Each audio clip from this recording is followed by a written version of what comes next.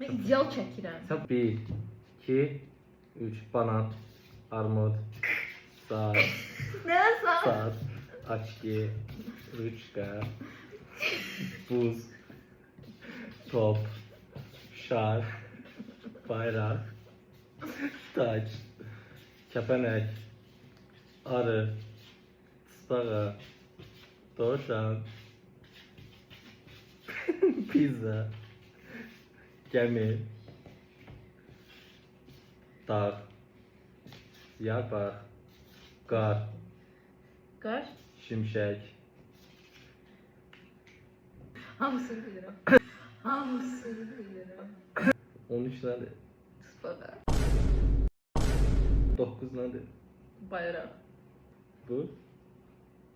Kəpənək. Bu nədir? 6. Buz. Nə idi onun buz? Nə elədi böyle olur şəkil. 7 nədir? Top. Mən ideal çəkirəm. Sən prosta Yox, mən yadda- prosta ideal çəkirəm. Sən prosta yadında saxlayırsan. Dur.